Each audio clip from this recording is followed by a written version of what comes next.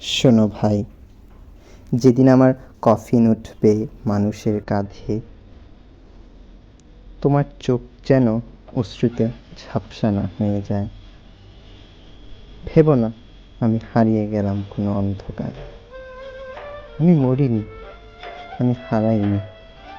আমি তো ফিরছি প্রেমের মূল উৎসের দিকে, সেই জায়গায় যেখানে আল্লাহর নূর কোনো সীমা মানে না, যেখানে শান্তি শব্দে মাপে না, শুধু টের পাওয়া যায় রুহের কাঁপনে। তোমরা বলে থাকো ও চলে গেল, না ভাই, আমি কোথাও যাইনি।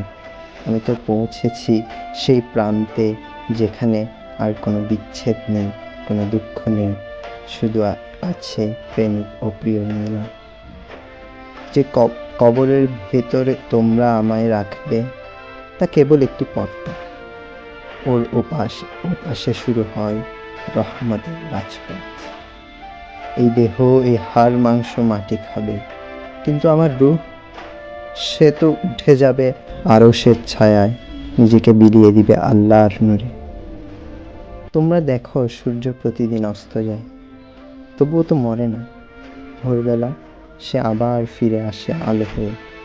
তেমন আমার মৃত্যু দেখতে শেষ মনে হলেও আসলে ওটাই আমার সত্যিকারের শুরু।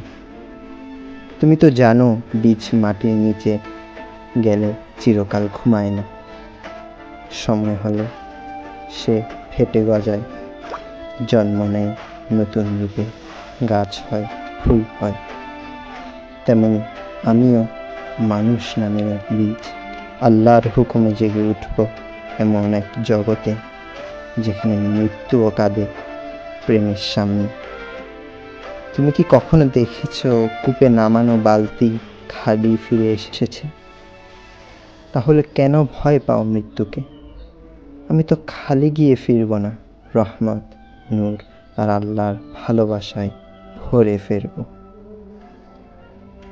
আমার ঠোঁট একদিন চুপ হবে, আমার কণ্ঠ একদিন থেমে যাবে, কিন্তু ঠিক তখনই আমার আত্মা এক সুরে গাইতে শুরু করবে, যে সুর ভাষার বাইরে চলে যায়, যার কোনো সীমা নেই, শুধু একটাই পরিচয় থাকবে তখন, এই রূহ বিলীন আল্লাহর প্রেমে।